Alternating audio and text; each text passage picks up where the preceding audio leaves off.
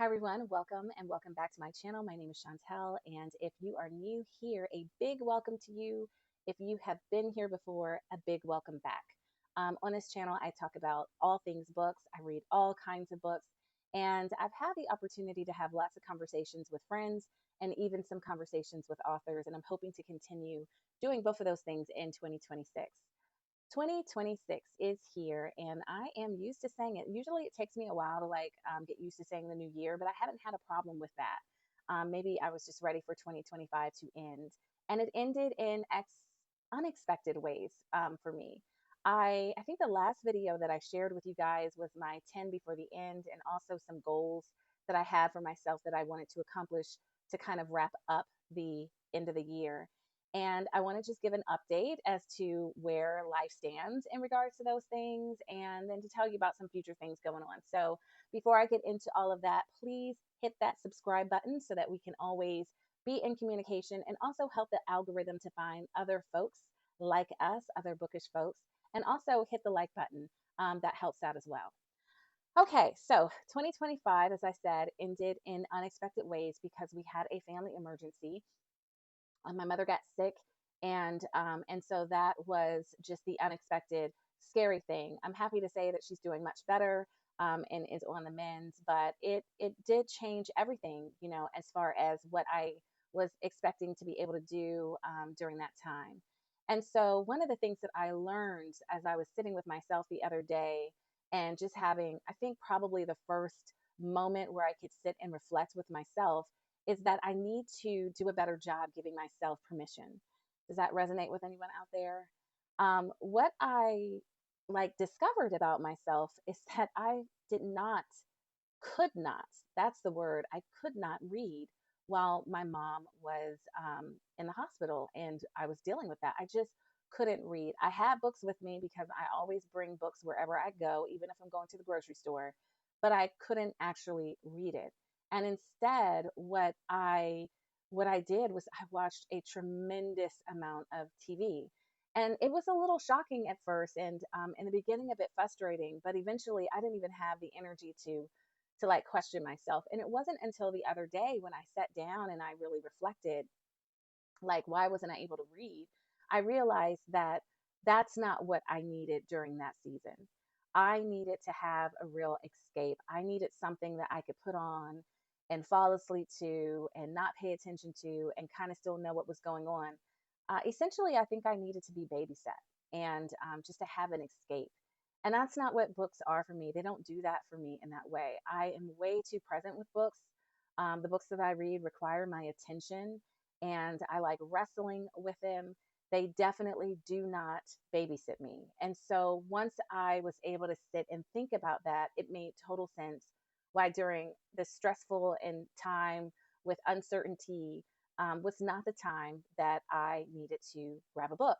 So I wanted to just start off this year, this new year, saying being gentle to yourself means giving yourself permission to do things that maybe will surprise you, and to not be judgmental, and to not get frustrated, and to not force yourself because you think it's good and right.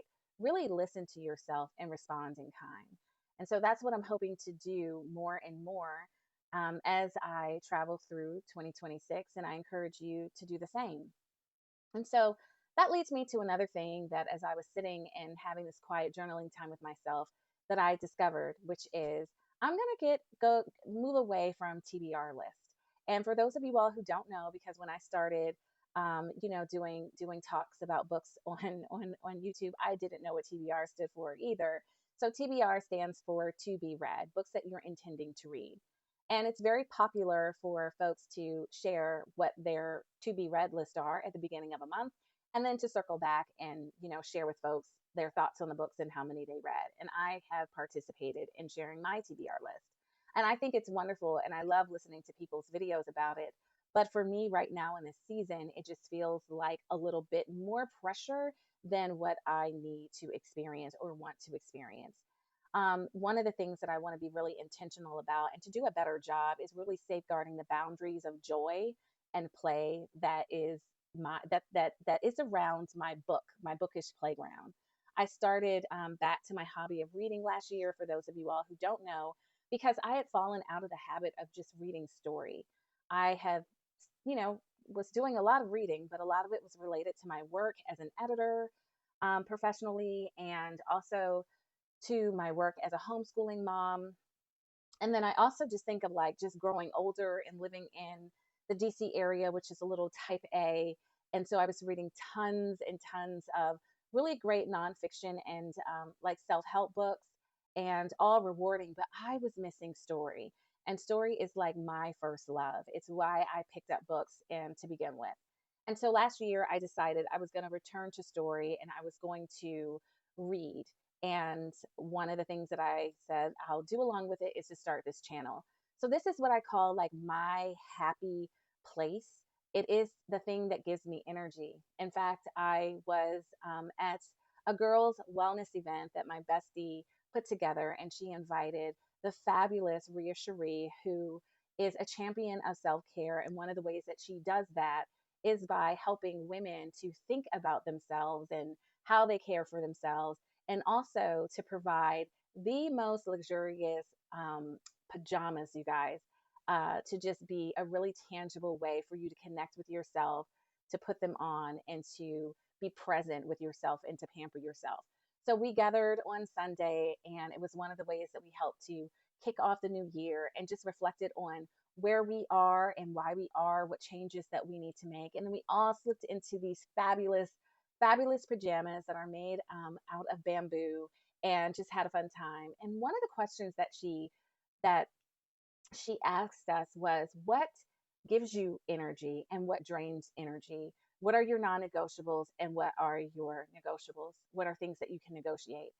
And for me, off the top, one of the things that I knew without just quickly that gives me energy is reading books and talking about books, building community around books. It's the thing that gives me energy.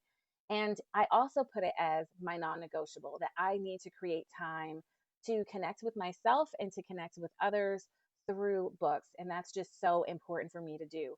Even if it's just 5 minutes a day, it's something that I need.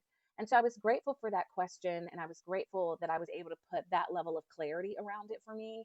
So thank you, Ria Cherie, and for kind of giving that. And I was also really grateful for the time. So I would say that because this gives me energy, I really want to protect it by not doing things because I think it's what I should do, but to really do it because it gives me energy. And if anything is energy taxing, then I want to be very aware of that, and I want to end it. So right now in the season of my life, TBR lists feel energy taxing, so I'm going to go away with that. But I'm still going to share with you guys books that I'm looking forward to reading at some point in my life. The thing that feels light about that is that I'm not time bounding it at all with any like any expectations of time. So the books that I'm looking forward to read, there are a lot, but I'm going to start with the books that I didn't get to finish last year. The first one is Dear America: Notes of an Undocumented Citizen by Jose Antonio Vargas. I've started this book and I'm really enjoying it. It's a memoir that does a great job with giving a different, more intimate, and oftentimes not seen aspect of a different definition of homelessness. I think that when we think of homelessness, we all probably have a picture in our mind of people being, living out on the streets, living in tents on the streets. Definitely in the DC area, we saw a huge increase of tent city populations. But Jose actually offers us another look of homelessness and what that means for immigrants and what being displaced or not having a home means, and the everyday stressors and consequences that come along with it. As I said before, I homeschool my girls. They're in high school, and this is a book that I'm definitely going to read with them because they're very attuned and aware and care deeply about what's happening to immigrants and undocumented citizens, especially right now in our country. And I think that reading this book would actually put even more flesh on the bones to all of that for them.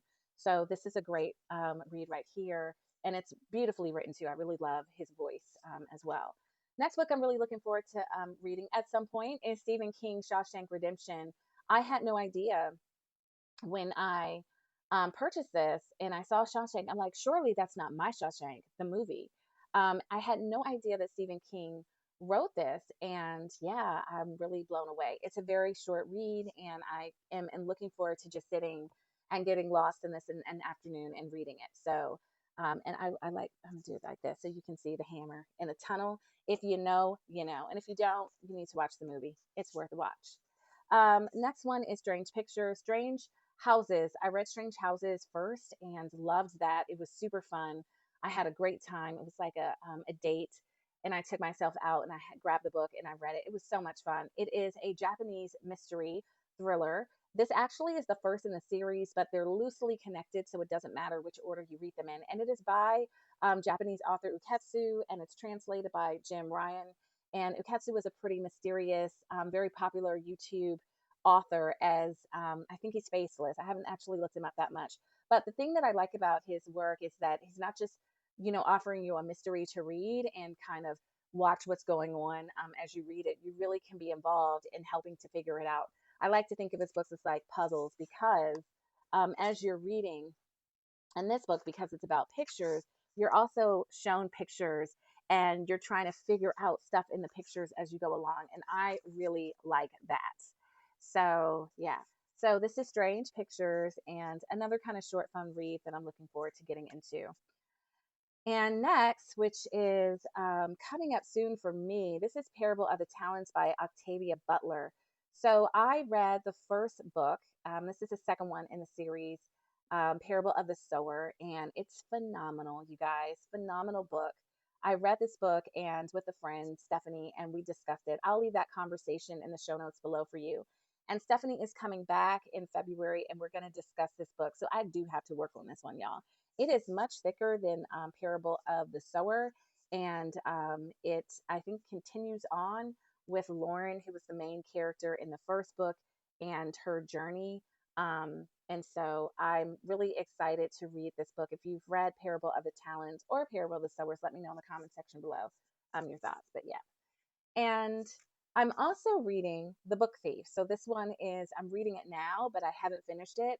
I'm reading this one with my girls. This one is by Marcus Zusak, and it is set in World War II, and it's really, really, really, really good. I am so enjoying this book.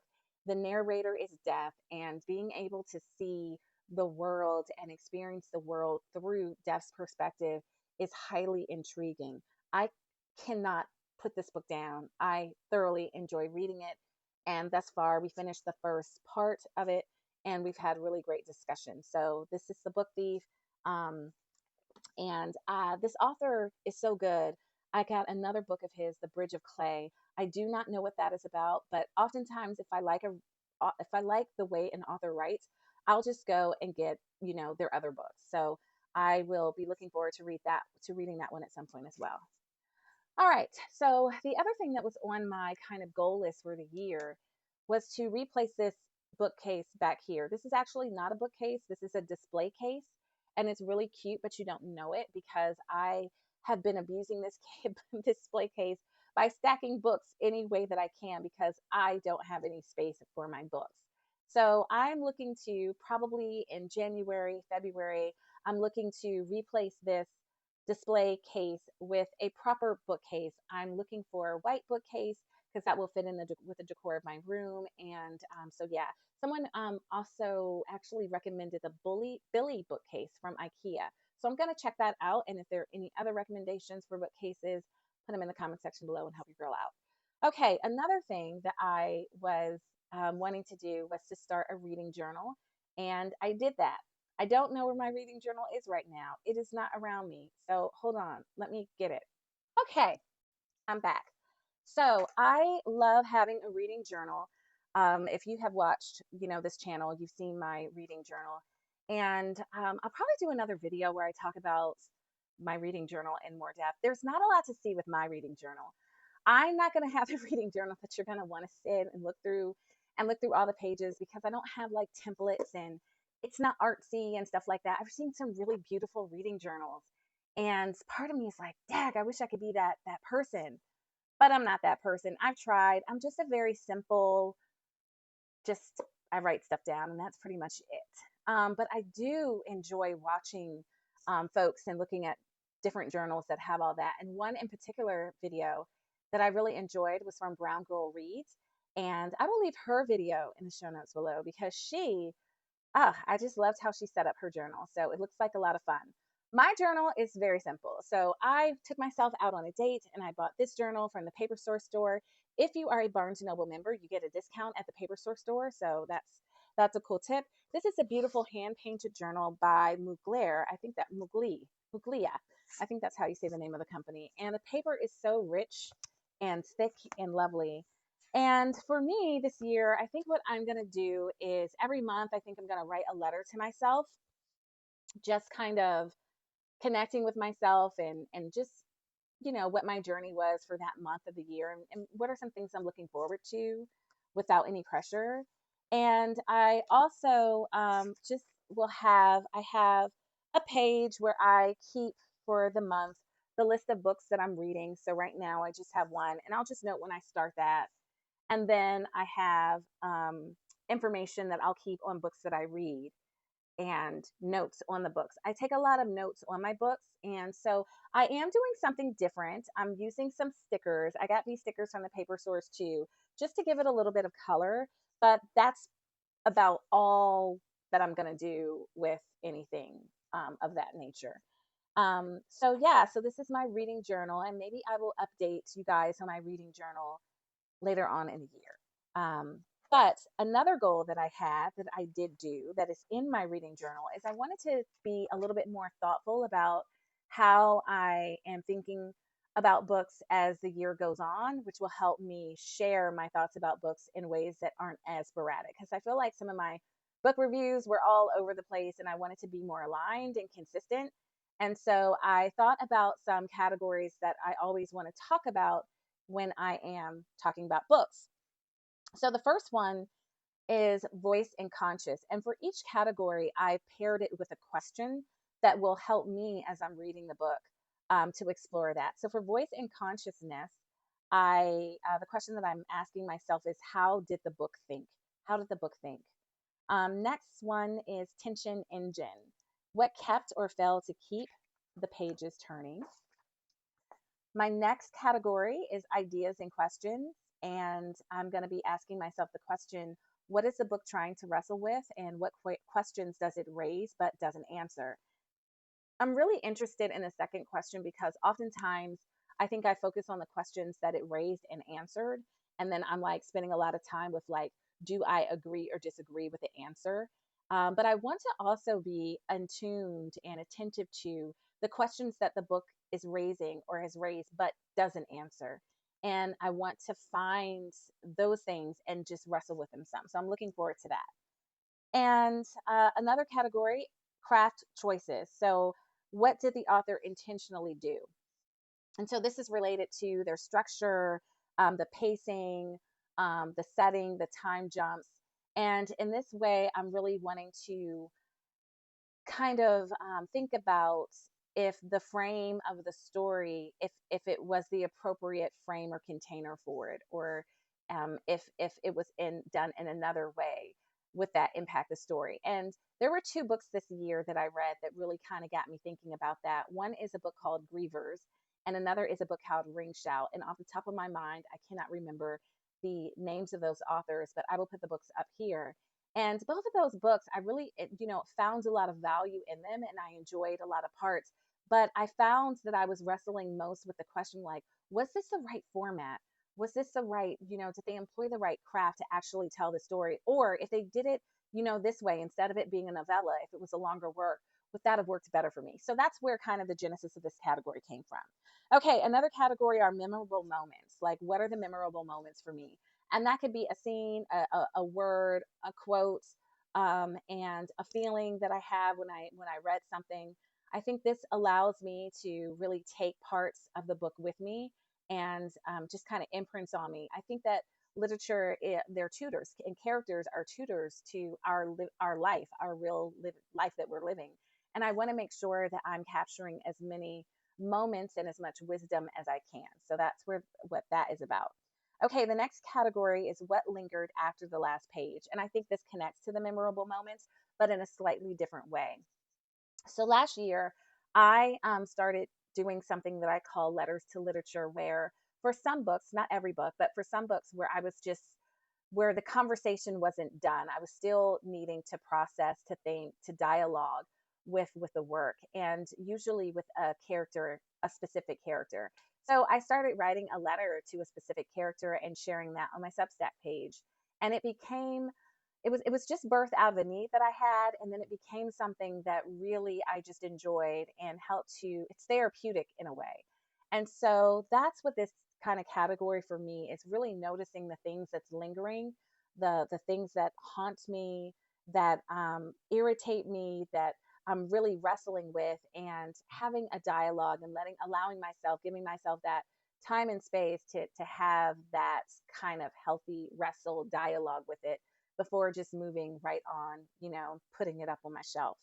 And lastly, reader alignment. And so this is like my recommendation. I don't give stars or numbers when it comes to books. It's just not how I authentically think about books. And so, but I do think about who this would be a good book for. And so that is kind of what I want to do with reader alignment. If I have a friend and I know how they are, I'm like, oh, you would really love this book. I want to be able to describe that for people in a way that is both honoring to the person, but also honoring to the author and all the hands that work to, make the book become a living thing that we can read. So I'm really happy with those categories, and I'm excited to try them out as I, do my book reviews and share them with you. I think the first book that I am going to do was actually one of the 10 that I was supposed to read by the end, which is Mame. And so that book review will be coming soon. So that will be the first. Let me know how you think about the topics and if there's anything else that you think I should add. But I'm really excited to give this a try. And last but not least, I'm going to do a quick, I think, plug for two things that I'm really excited about. So, another goal of mine was over the break to kind of focus on my Substack page. I started a Substack page because I wanted to create a space where community could convene. One of the things that's really dear to me is building community with people around books and literature and ideas, helping us to listen to one another, dialogue with one another, share differences of opinions. I think that when we stop talking about books in schools at length, and I know that that's not happening in a lot of places, I really do think that it had a negative impact. And so it's one of the reasons why I want to build community around books and create spaces where people could come together and have conversations about books. So I've been really blessed to participate in a book club this year. You all have heard me talk about it a lot. Shout out to Chloe and Black to the Future and my book club folks. And I'm still going to be participating in that book club. But I'm also starting to book club experiences my own. And I'm going to be doing videos where I'm talking about that at length because this video is long. So I'm going to wrap up soon. But the first book club is going to be a book club that's just fiction based. And I call it a different kind of book club because I couldn't think of another word. And there is a different little twist to it. So, and that one is going to meet monthly. And there's an online component to it where we can have discussions around the book. And the second one is dedicated to non-fictional works that I want to take a slower pace to journey through.